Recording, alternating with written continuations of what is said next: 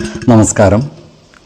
വേദാംഗ ജ്യോതിഷത്തിലെ അമൂല്യമായ അറിവുകളും ആധ്യാത്മിക ജ്ഞാന ഉപദേശങ്ങളും പകർന്നു തരുന്ന പ്രശാന്തം ആസ്ട്രോ ചാനലിലേക്ക് ഏവർക്കും സ്വാഗതം. ഈ ചാനൽ ഇതുവരെയും സബ്സ്ക്രൈബ് ചെയ്യാത്തവർ ഇപ്പോൾ തന്നെ സബ്സ്ക്രൈബ് ചെയ്യുക. നോട്ടിഫിക്കേഷൻ ലഭിക്കുന്നതിനായി ബെൽ ബട്ടൺ അമർത്തുമല്ലോ. ഒപ്പം ചാനൽ ലൈക്ക് ചെയ്യുക, ഷെയർ ചെയ്യുക, കമൻറ്റ് ചെയ്യുക. കൊല്ലവർഷം 1200 ആണ്ടിലെ കന്നി സംക്രമം ചതയം നക്ഷത്രത്തിലാണ്. കന്നി 1-ാം തീയതിയിലെ ഗ്രഹനില അനുസരിച്ച് എടവം രാശിയിൽ സർവേശ്വരകാരകനായ വ്യാഴവും, മിഥുനത്തിൽ കുജനും, ചിങ്ങം രാശിയിൽ ബുധനും, കന്നിയിൽ ആദിത്യനും ശുക്രനും കേതുവും, ധനുരാശിയിൽ ഗുളികനും, കുംഭത്തിൽ ചന്ദ്രനും ശനിയും, മീനം രാശിയിൽ രാഹുവും സ്ഥിതി ചെയ്യുന്നു. വിശാഖം നക്ഷത്രത്തിൽ ജനിച്ചവർക്ക് കന്നിമാസം ഗുണദോഷ സമ്മിശ്രമായിരിക്കും.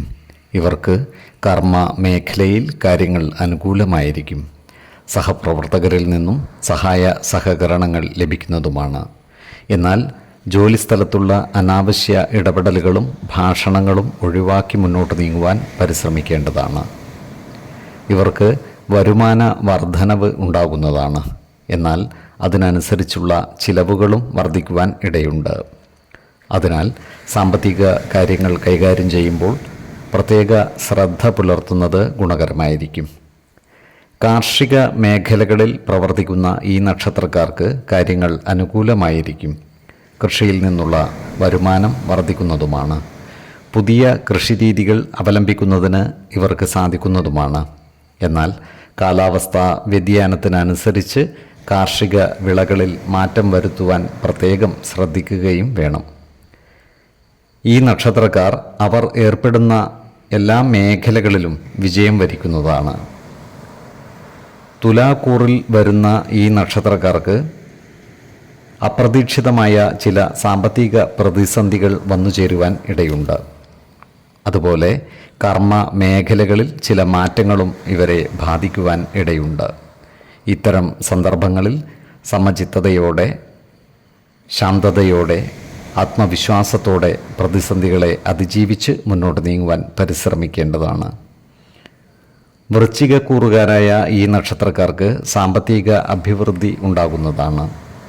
വൃശ്ചികക്കൂറുകാരായ വിദ്യാർത്ഥികൾക്കും മറ്റു പഠിതാക്കൾക്കും വിദ്യാ പുരോഗതിയും പരീക്ഷാ വിജയവും ഉണ്ടാകുന്നതാണ്.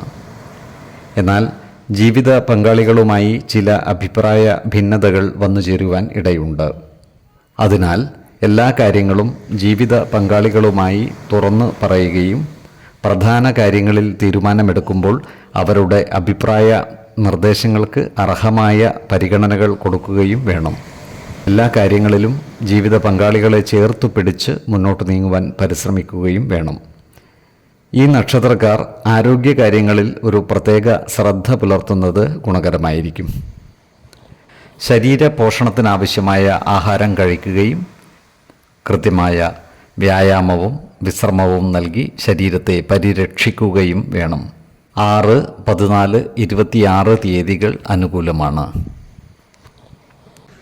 ഈ നക്ഷത്രക്കാർ ജനിച്ച സമയത്തെ അടിസ്ഥാനമാക്കിയുള്ള ജാതകത്തിലെ ലഗ്ന രാശിയുടെയും ലഗ്ന അധിപന്റെയും സ്ഥിതിയും ശുഭ-പാപ ഭാവങ്ങളുടെ സ്ഥിതിയും ഓരോ രാശിയിലെയും ഗ്രഹങ്ങളുടെ സ്ഥിതിയും അനുസരിച്ച് ഇവരുടെ പൊതുഫലത്തിൽ ഏറ്റക്കുറച്ചിലുകൾ ഉണ്ടാകുവാനിടയുണ്ട്.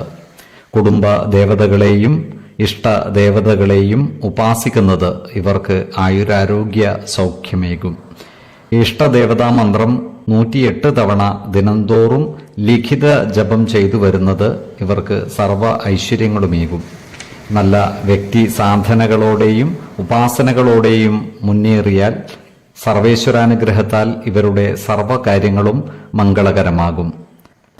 നന്ദി, നമസ്കാരം. ജ്യോതിഷരത്നം പ്രശാന്ത് കണ്ണോം.